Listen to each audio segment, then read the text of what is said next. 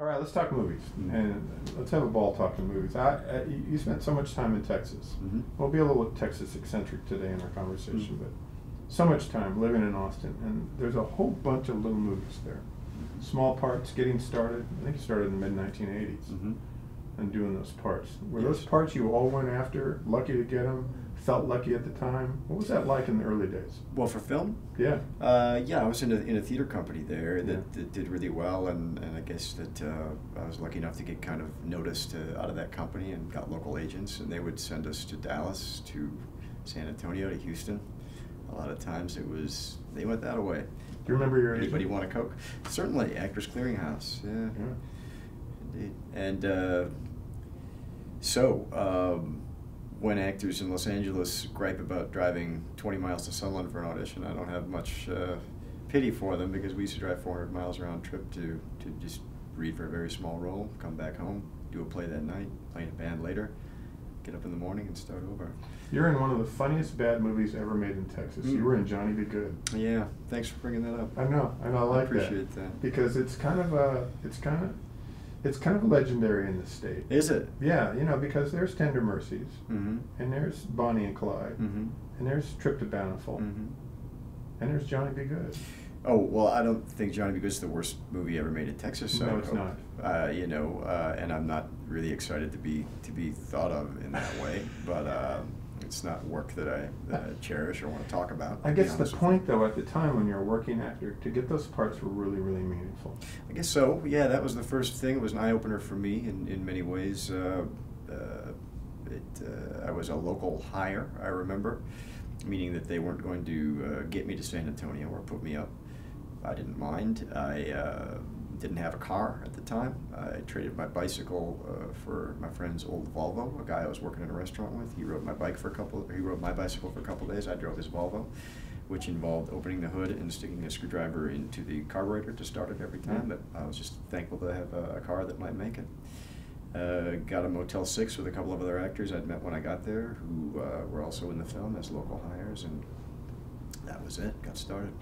Was there a point where you got a part that was more significant and you said, yeah, yes, this is where it might change for me? I guess so.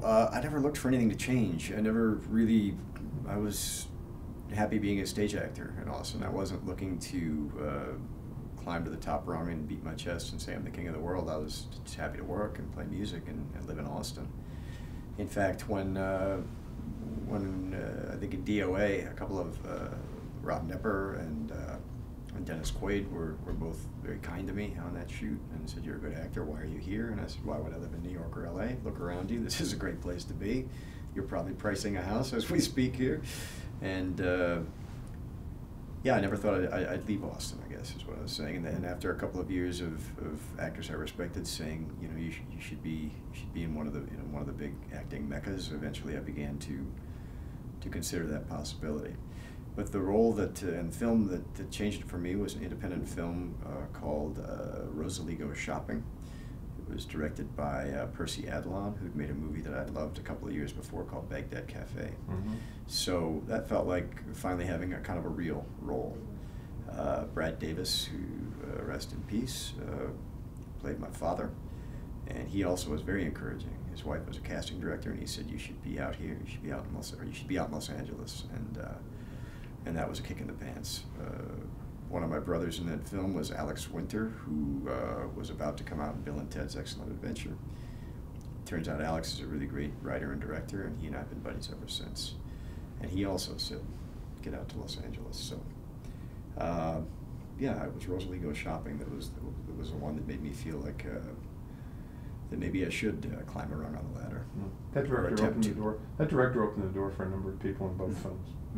I think really, and both those films worked so well. Yeah, it kind of got Jack Palance going again, for sure. Yeah. You were in Flesh and Bone.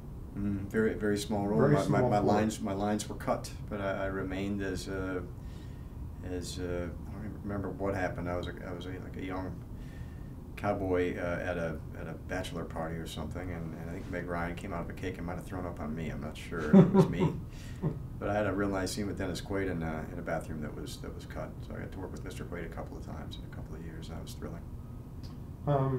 You're from Minnesota, but you spent so much time in Texas. You had a band in Austin, one or two bands, didn't you? Yeah, I played in a couple groups there in the post-punk scene. I guess most notoriously a band called Meat Joy. And, and we made our own record and toured around and played up here a number of times and kind of did a Midwest tour in the summer of '84. And like I said, made our own record, and that was thrilling as well. You know, as an actor, you're almost always, unless you've written your own piece, you're saying someone else's words. And to be able to express yourself as a songwriter was freeing and felt like food to me. I guess I consider myself an amateur musician in the way that the French would, as I understand it, they use the term amateur, meaning someone who is beyond a hobby. It's a passion. It's real, but it has nothing to do with result. It's